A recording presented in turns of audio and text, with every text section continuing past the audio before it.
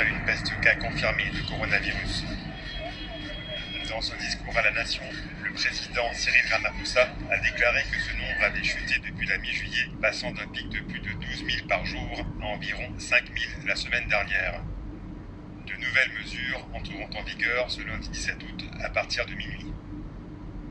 Au moment où nous assouplissons les restrictions, il est nécessaire que certaines mesures restent en place pour limiter la transmission et protéger notre capacité sanitaire. Par conséquent, les interdictions actuelles sur les voyages internationaux resteront en place. Aucun rassemblement de plus de 50 personnes ne sera autorisé. Ce déverrouillage supprimera presque toutes les restrictions à l'activité économique, y compris l'industrie hôtelière, et permettra les voyages interprovinciaux. La vente de cigarettes et d'alcool est à nouveau permise. L'Afrique du Sud est le 5e pays le plus touché au monde avec plus de 580 000 cas de contamination confirmés, dont 11 600 décès. 5 personnes ont été blessées ce samedi dans l'effondrement d'un immeuble classé du centre du Caire.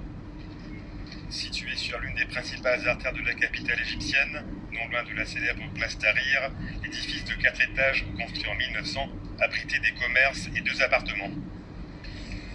Le centre-ville du Caire est connu pour ses constructions vieilles de près de 200 ans, mêlant motifs islamiques et européens.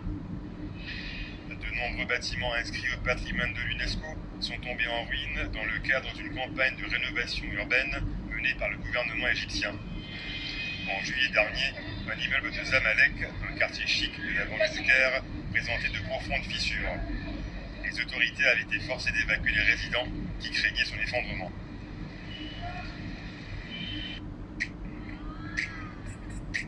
Une sino-congolaise apporte une touche de diversité à l'industrie chinoise du divertissement.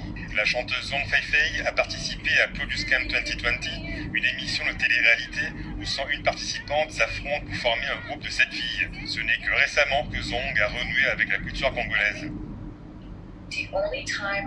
La seule fois où j'ai ressenti une crise d'identité, c'est quand je suis rentré au Congo.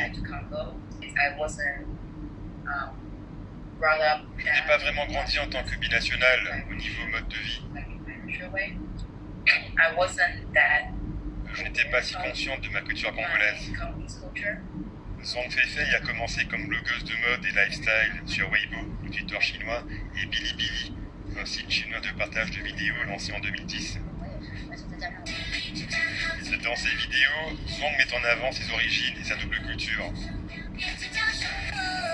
Si sa participation a suscité des réactions mitigées, elle souhaite toutefois continuer à explorer une carrière dans la musique.